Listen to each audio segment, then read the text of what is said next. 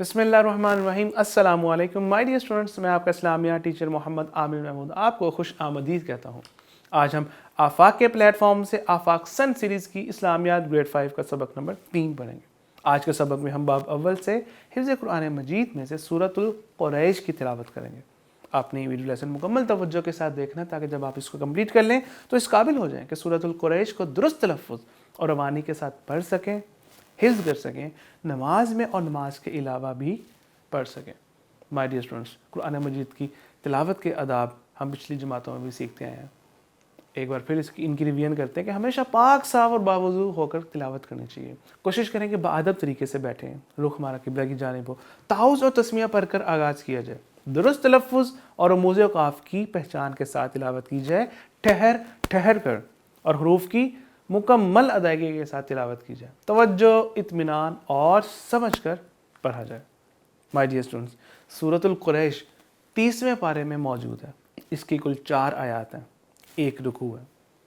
Numbering के हिसाब से देखा जाए तो ये 106 नंबर पे आती है ये सूरत, और ये सूरह मुबारका मक्का मुकर्रमा में नाजिल हुई। माय डियर स्टूडेंट्स, अब मैं आपको सूरतुल कुरैश की एक एक आयत की तिलावत करके उनमें जो रमूज़ काफ़ हैं, इसी तरह जो तजवीदी कवायद हैं, उनकी पहचान करवाते हुए तिलावत करूँगा। आपने इनको गौर से सुनना है, देखना और इसको ज़हन नशीन रखना ताकि जब आप इसकी तिलावत करें तो इन तमाम कवायद का ख़ास ख्याल रखें। अऊज़ु बिल्लाहि मिनश शैतानिर रजीम, बिस्मिल्लाहिर्रहमानिर्रहीम। आपने आगाज़ में ली ई ला, लाम के नीचे ज़ेर है तो ये हरकत है, यानी कि हरकत को लंबा नहीं करेंगे। ली ई ला, इस तरह नहीं, ली फिर या मद्दा है यहाँ पे, क्योंकि या से या साकना से पहले ज़ेर है। ली ई ला, तो इसको हमने एक अलिफ की मिकदार में लंबा करना है। इसी तरह लाम के आगे लाम के साथ देख रहे हैं खरी ज़बर है तो इसको भी हम एक अलिफ की मिकदार में लंबा करेंगे। ली ई ला फी, ली ई ला फी, इस तरीके से पढ़ेंगे ताकि जब आप इसको पढ़ें तो आपको भी महसूस होगा कि इसको हम कितने अच्छे तरीके से तिलावत कर रहे हैं इसकी।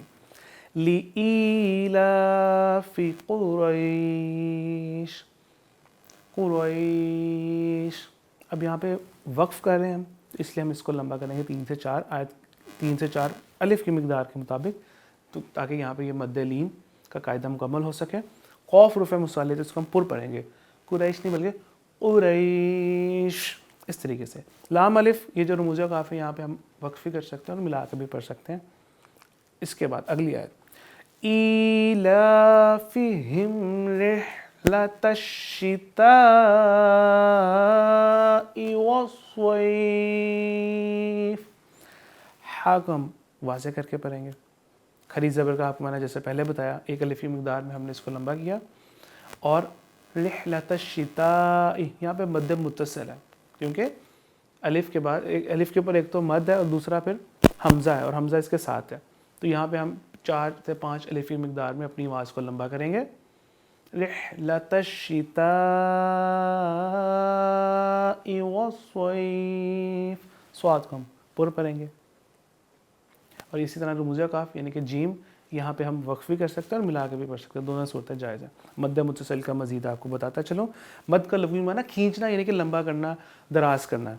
और अगर हरूफ़ मद्दा के बाद हमज़ा उसी कलीमे में हो तो उसे मद्द मुत्तसिल कहते हैं, जैसे अभी हमने इसको अदा किया, और 4 से 5 अलिफ की मिकदार में इसको लंबा करेंगे।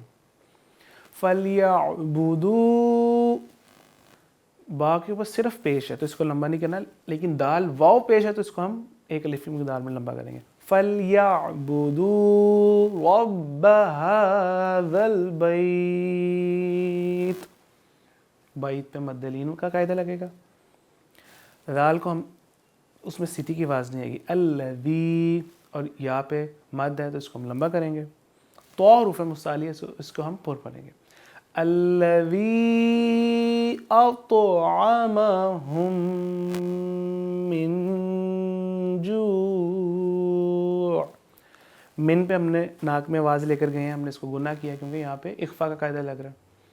व आमनहुम मिन खौफ, आपने गौर किया होगा कि मीम पे तशदीद है तो यहाँ पे तो मैंने गुना किया है हम, लेकिन आगे फ़्लो में मैंने पढ़ा है मिन खौफ, जैसे मिन जो वहाँ पे तो गुन्ना किया, यहाँ पे क्यों नहीं किया? क्योंकि यहाँ पे इजहार का कायदा लग रहा है। حروف اظہار میں سے خوا، تو یہاں پہ ہم ناک میں اپنی آواز کو نہیں لے کے جائیں گے بلکہ فلو میں پڑھیں گے جیسے حرکات کو پڑھتے ہیں.